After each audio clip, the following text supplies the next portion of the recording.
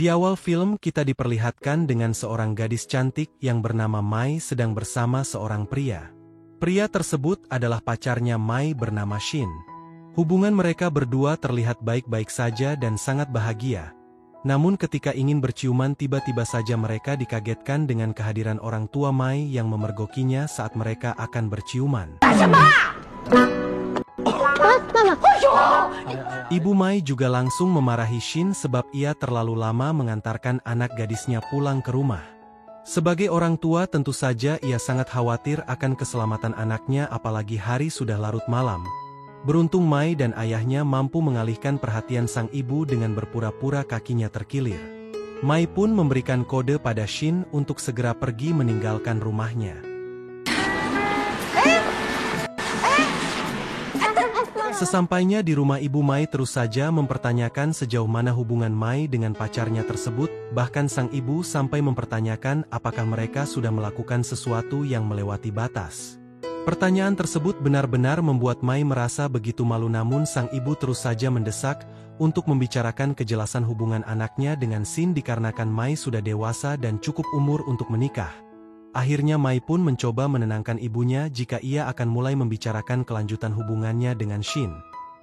Kemudian Mai mulai membuat kue. Ia juga mengobrol dengan Shin lewat panggilan video. Kali ini Mai memberanikan diri untuk meminta Shin bertemu dengan orang tuanya. Beruntung Shin merespon hal itu dengan baik sebab mereka memang sama-sama saling mencintai. Keesokan harinya Mai sedang terburu-buru ingin pergi bekerja karena ia akan menyambut kedatangan atasan baru. Selama di perjalanan Mai benar-benar terlihat begitu sibuk.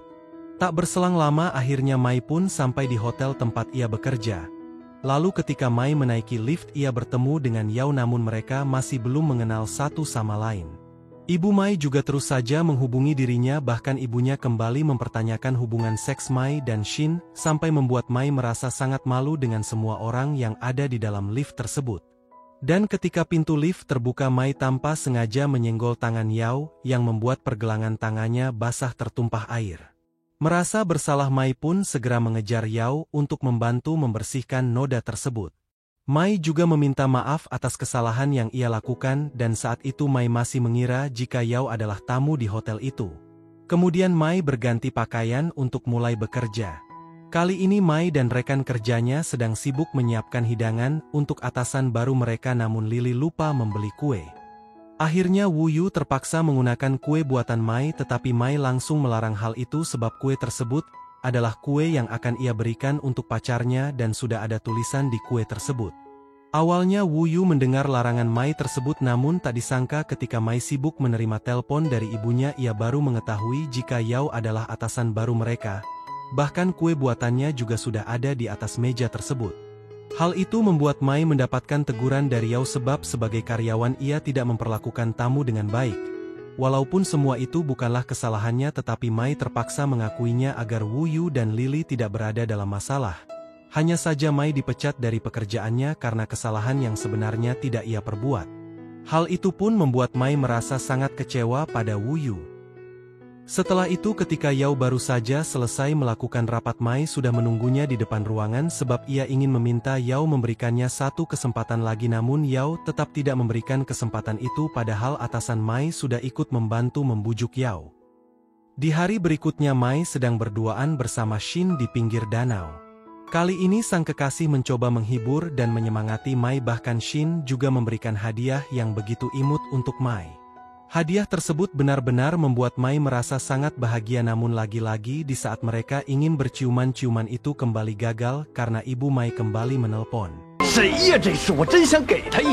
Di malam hari Yao bertemu dengan ibu Zhang.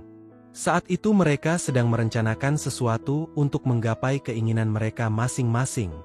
Setelah selesai ibu Shang memberikan seorang sopir pribadi untuk Yao. Tak disangka ternyata sopir tersebut adalah ayah Mai.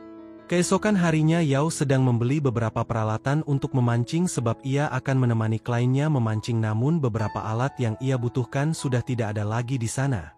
Tak disangka ternyata Mai mengetahui keberadaan atasannya tersebut.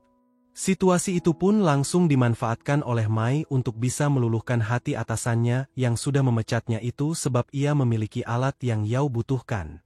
Awalnya usaha Mai tidak berhasil sama sekali sampai ketika Yao menerima kabar jika pewaris desain furnitur Deshan Shanghai adalah Shin kekasih Mai.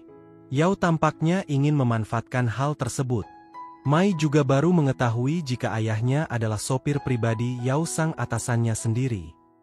Baba, Yao总是我的上司。 Kali ini ayah Mai tidak bersedia mengantarkan Yao seperti yang ia mau karena jalanan menuju ke sana sedang macet.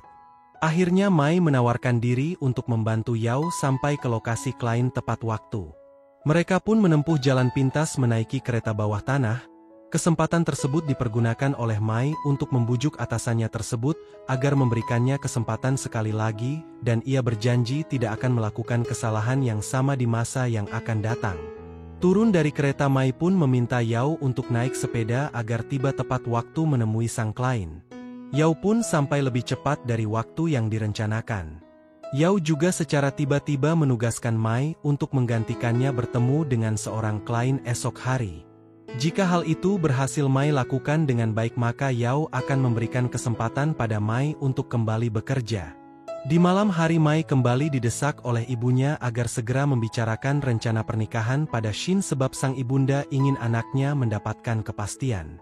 Akhirnya Mai pun terpaksa memenuhi permintaan ibunya. Ia juga memberanikan diri untuk mengajak Shin makan bersama keluarganya di esok hari. Beruntung Shin menyetujui ajakan tersebut. Di hari berikutnya Mai sudah bertemu dengan klien Yao. Awalnya Yao tidak mengetahui jika ternyata klien itu adalah ayah Shin. Dan ketika ayah Shin memperkenalkan Shin pada Mai sebagai anaknya, Mai seketika langsung terkejut.